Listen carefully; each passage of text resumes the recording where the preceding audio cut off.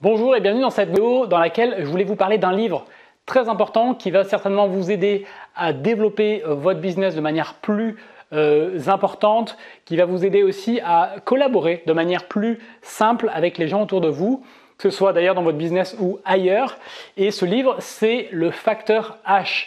En anglais, c'est The H Factor. Donc ce livre va vous permettre tout simplement de comprendre qu'est-ce qui anime les gens. Qu'est-ce qui fait qu'ils vont prendre certaines décisions et pas d'autres?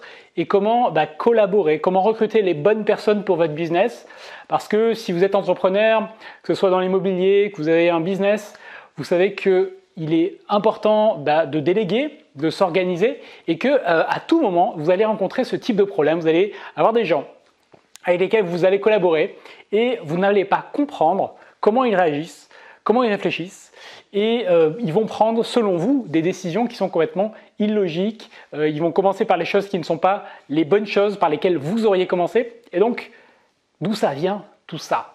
Donc, dans ce livre est très intéressant parce que, en fait, c'est le fruit de 60 ans, 70 ans, 80 ans d'analyse de la personnalité. Donc, il existe en fait un consensus qui a été présent pendant très longtemps, pendant plus de 50 ans. En fait, dès les années 30, les chercheurs avaient identifié les 5 facteurs principaux qui constituent une personnalité. Donc ça a été identifié, ça a été testé. Alors au départ, ça a été identifié dans le milieu anglophone. Pour vérifier que ce n'était pas juste anglophone, ça a été testé dans d'autres cultures, d'autres langages. Et à chaque fois, les résultats confirmaient que ces 5 facteurs étaient les plus importants. Ce n'est pas les seuls, mais ce sont les plus importants. Alors le premier facteur qui a été identifié, c'est le facteur extraversion, c'est-à-dire le côté est-ce que la personne va avoir tendance à être timide ou alors au contraire à aller vers les autres.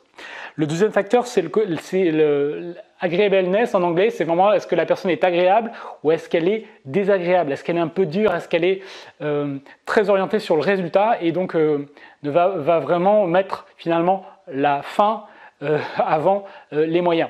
Donc c'est le côté agréable de la personne ou pas.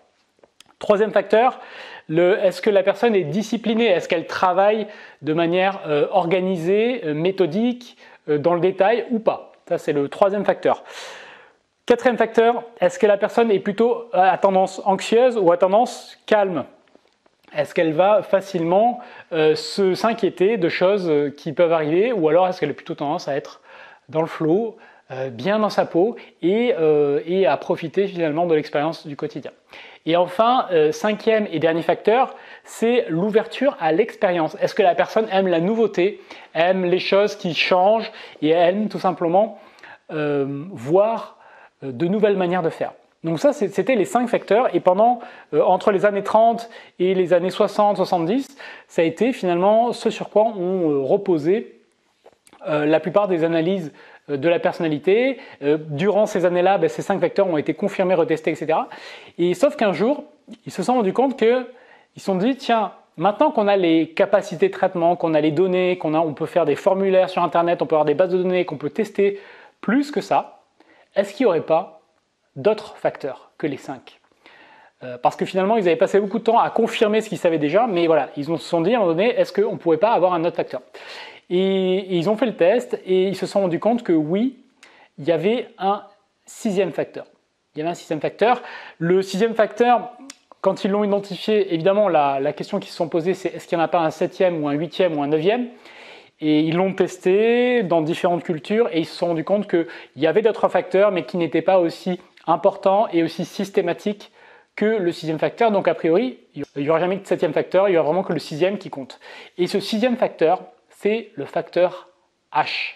Alors qu'est-ce que c'est que ce facteur H? Eh bien le facteur H, c'est tout simplement le facteur humilité, honnêteté. Humilité, honnêteté. Donc quelqu'un qui est classé haut sur ce facteur va avoir tendance à être tout à fait honnête et humble lorsqu'il aborde les relations humaines et les projets et ce qu'il doit faire. Et quelqu'un qui est plutôt bas là-dessus va plutôt avoir tendance à essayer de profiter des autres, à essayer de profiter des situations et à là encore prendre des raccourcis. Et donc, ce qui est intéressant, c'est que pour chacun des facteurs, on peut, nous, à titre personnel, être classé plutôt bas ou plutôt haut. Et que ce qui fait une personnalité, ce n'est pas évidemment un facteur, mais c'est la combinaison de ces facteurs. C'est par exemple, ce qu'il raconte, c'est que quelqu'un qui est classé bas sur le facteur H et bas sur le facteur A, le fait d'être agréable, eh bien, va être quelqu'un qui va être désagréable et va avoir tendance à être malhonnête. Donc voilà, ça peut être des personnes avec lesquelles on va avoir de mauvaises relations, des gens qui peuvent peut-être seuls avoir beaucoup de résultats, des gens qui peuvent avoir tendance, par exemple, à vous demander de l'argent et à ne pas vous rembourser cet argent, alors en sachant pertinemment qu'ils vous le doivent. Voilà, c'est ce type de personnes. Donc, ce qui est bien, c'est vraiment de pouvoir voir cette vision d'ensemble et de pouvoir estimer pour les personnes avec lesquelles vous collaborez ou avec lesquelles vous souhaitez collaborer, finalement, comment elles se situent sur cette échelle de facteurs. Alors, ce que dit le livre, c'est il va vous pousser en fait à identifier les personnes qui seraient avec un H bas, parce que c'est finalement le facteur le plus important. Selon eux, c'est le facteur qui a le plus de poids, plus que tous les autres réunis. Parce qu'en fait, c'est ce que dit des personnes comme Warren Buffett, qui dit que finalement, il préfère prendre quelqu'un de moins intelligent mais qui est honnête, que prendre quelqu'un de très intelligent et malhonnête, parce que c'est des gens qui vont causer beaucoup de dégâts. Donc, ils essaient de donner des éléments pour qu'on puisse identifier le facteur H d'une personne. Est-ce qu'elle est haute sur ce facteur ou pas? Et ils donnent notamment des choses qui ne sont pas fiables pour identifier si une personne est haute sur le facteur H. C'est notamment le facteur de respectabilité. Donc, est-ce que la personne a une bonne réputation? On peut prendre comme exemple l'affaire Hervé Weinstein, qui était plutôt respecté, en tout cas des gens qui n'étaient pas dans le milieu et qui ne connaissaient pas, et qu'en fait on se rend compte que niveau H, il était probablement très bas. Donc ça peut être, la respectabilité n'est pas un indicateur pertinent de l'honnêteté d'une personne. Autre critère qui n'est pas valable, le fait d'être anticonformisme. L'anticonformisme, c'est quand une personne va aller à l'encontre de ce qui se fait dans la plupart des cas. Donc c'est parfois le fait d'être habillé un petit peu de manière originale ou différente, ou parfois d'agir de manière originale ou différente. Là encore, ce n'est pas parce qu'une personne ne fait pas comme les autres qu'elle est forcément honnête et humble. Donc ce n'est pas un critère qui permet à lui seul de dire c'est pas parce que lui n'agit pas comme tous les autres du secteur qu'il est forcément honnête. L'autre aspect qui n'est pas valable, c'est tout ce qui va concerner finalement l'aspect religieux. Donc quelqu'un qui est croyant, quelqu'un qui va assister à la messe ou à d'autres types de cérémonies religieuses ne va pas, par définition, pas parce qu'il fait ça qu'il va avoir un facteur H honnête. Donc voilà, je ne rentre pas plus dans les détails, mais vous comprenez bien que ça n'est pas un indicateur pertinent. Les autres critères qu'il donne qui ne sont pas viables et fiables pour savoir si une personne est bonne sur le facteur H, c'est le fait de défendre les personnes en difficulté, de défendre les personnes qui n'arrivent pas à se défendre. Vous voyez, ceux qui vont se prémunir, de dire « moi je suis là pour les autres, je suis là pour défendre, je m'investis ». On voit beaucoup ça dans la politique. Donc, il dit dans le livre que, évidemment, le fait de se prévaloir de défendre les autres et les minorités et les gens en difficulté n'est absolument pas un bon indicateur pour savoir si la personne aura un facteur H élevé. Autre aspect dans le livre qui est abordé qui n'est pas fiable, c'est le fait de toutes les personnes qui vont être très vocales, très critiques. Alors là, ça peut être des critiques à l'encontre du système, des critiques à peu importe. Les gens qui, ils vont prendre les grandes gueules, ceux qui vont prendre la parole, monopoliser l'attention. Ça aussi, ce n'est pas parce qu'ils font ça et qu'ils sont contre quelque chose que pour autant, eux-mêmes ont un facteur H élevé. Enfin, dernier critère, il parle de fait des actes philanthropiques, le fait de contribuer à des associations caritatives. Il ne dit pas que c'est pas parce que les gens font ça qu'ils sont bas en facteur H, mais disons que le fait de contribuer ne signifie pas que la personne est forcément avec un H élevé. Alors ça peut être le cas si c'est fait de manière anonyme. Mais les gens qui donnent à des associations et qui le font savoir, parfois ça peut être lié à un H plutôt bas. En tout cas, ça ne garantit pas un H élevé. C'est ce que dit l'auteur du livre. Alors maintenant, quels sont les critères qui font que une personne a un facteur H élevé? Parce que c'est ça finalement qui est intéressant. Quels sont les facteurs qui confirment, eux, à quasi coup sûr, que la personne a un H plutôt faible? Donc des personnes qui auront tendance à prendre des raccourcis et à être hors la loi et à faire ce genre d'action.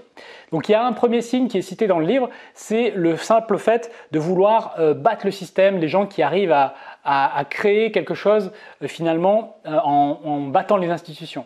Donc ce qu'il dit, c'est que finalement quelqu'un qui ment à l'État, quelqu'un qui ment à une entreprise finalement est évidemment plus à même de mentir à des personnes avec lesquelles elle collabore ou avec des personnes qu'elle côtoie. Donc ça c'est le premier signe que là il y a une forte probabilité que ce soit un facteur H faible. Deuxième facteur qui est aussi un bon indicateur d'un H faible, c'est les personnes qui ont tendance à être mielleuses et agréables avec les gens dont elles veulent obtenir quelque chose et qui sont plutôt désagréables avec les autres. L'exemple, il y a des exemples de la vie de tous les jours, quelqu'un qui va être désagréable avec les serveurs, avec les personnes qu'il considère étant inférieures à lui ou à elle, et qui va être très mielleux, procéquieux avec son chef ou un client ou je ne sais quoi. Voilà, ça c'est typique. De la même manière, les personnes qui vont être hyper attentives dans le détail, très agréables avec les gens avec lesquels elles veulent avoir des relations sexuelles, et puis qu'une fois que c'est fait, voilà, c'est bon, il n'y a plus aucune importance, donc on va mal considérer, mal agir avec la personne. Donc voilà, ça c'est un signe pour l'auteur du livre qu'il y a une forte probabilité que la personne soit plutôt basse en H. Donc vous voyez, c'est des personnes qui vont développer finalement des stratégies pour obtenir ce qu'elles veulent avec une vision assez court terme, quoi. Alors après, je vais vous en citer d'autres facteurs. Donc encore une fois, ça ne veut pas dire que tous les gens qui font ça sont bas en H, mais c'est une probabilité. Il cite les gens qui jouent à des jeux de paris, les gens qui font de la spéculation financière, les gens qui sont infidèles lorsque ils sont en couple, les gens qui achètent des objets pour se mettre en avant ou qui lâchent des noms comme étant moi je suis coaché par un tel ou moi j'ai tel modèle de voiture, ou ça, ce genre de personnes peuvent avoir tendance à avoir un H plutôt faible. Donc évidemment, vous aurez compris que tout cela est un ensemble de facteurs et que pour déterminer si une personne est plutôt haute ou basse sur le facteur H, il convient de l'analyser un peu plus en détail. Si vous voulez aller plus loin, eh bien, il y a un test gratuit que vous pouvez faire. Je vous mettrai le lien dans la description. L'intérêt de ce test, il est double, c'est que vous pouvez le faire pour vous-même déjà. Et vous pouvez le faire aussi pour une personne avec laquelle vous travaillez ou avec laquelle vous souhaitez travailler. Ça peut vous aider à mieux la comprendre et à aussi mieux savoir comment interagir avec elle, quelles relations mettre en place, quelles règles mettre en place pour fonctionner en fonction de aussi sa personnalité. Par exemple, dans les éléments qu'il donne, typiquement une personne qui n'est pas orientée dans les détails, qui au niveau de l'attention aux détails n'est pas très forte, ne lui confiez pas des tâches qui demandent d'être minutieux et détaillé. De la même manière, une personne qui n'est pas très ouverte aux nouvelles expériences, eh bien là aussi, mettez-la plutôt dans un job qui est plutôt routinier et bien cadré plutôt que de lui demander d'innover ou de faire des choses qu'elle n'a jamais faites.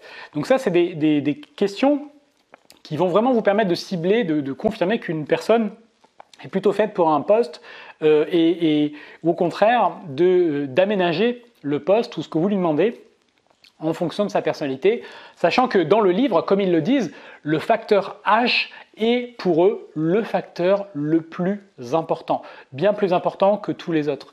Donc s'il y a une chose que vous pouvez faire, c'est vraiment vous tester les gens autour de vous et déjà commencer par filtrer sur la base du facteur H et après adapter ce que vous demandez, les postes, les tâches que vous confiez en fonction du test que les personnes obtiennent sur ce test de personnalité. Ces personnes dont peuvent faire le test elles-mêmes ou vous pouvez vous le faire pour la personne pour avoir une idée de comment elle se classe là-dessus. Donc voilà ce que je voulais vous dire sur ce livre. Je vous invite à le lire si vous ne l'avez pas encore fait. Donc je vous donne l'auteur pour que vous ayez les références précises. Donc le titre du livre c'est Le facteur H. Pourquoi certaines personnes ont tendance à manipuler les autres, sont centrées sur elles-mêmes, sont matérialistes et exploitent les autres et pourquoi ça compte en fait pour tout le monde. Donc les auteurs c'est Ki-Bom Lee et Michael Ashton. Ce sont les deux auteurs du livre. Vous allez vite retrouver ça en tapant The H Factor of Personality. Je vous mettrai le lien dans la description si vous souhaitez passer par le lien. Voilà, je vous invite à lire ce livre. C'est vraiment un livre que tout entrepreneur doit avoir lu. L'avantage, c'est qu'il est très simple et qu'il va vous expliquer tout ça en détail. Il va passer beaucoup de temps, vous verrez, à expliquer finalement comment se comportent les personnes qui ont un facteur H d'une telle position combiné à un autre facteur pour que vous puissiez bien comprendre toutes les situations et tous les comportements que peuvent avoir ces gens-là avec un peu plus de finesse. Voilà, merci d'avoir regardé cette vidéo. Si ça vous a plu, mettez un pouce bleu, dites-moi dans les commentaires quel livre vous souhaitez que je vous partage. Je vous partagerai comme ça certaines de mes lectures au cours du temps. Merci encore une fois d'avoir regardé cette vidéo. Continuez à investir, surtout ne lâchez rien.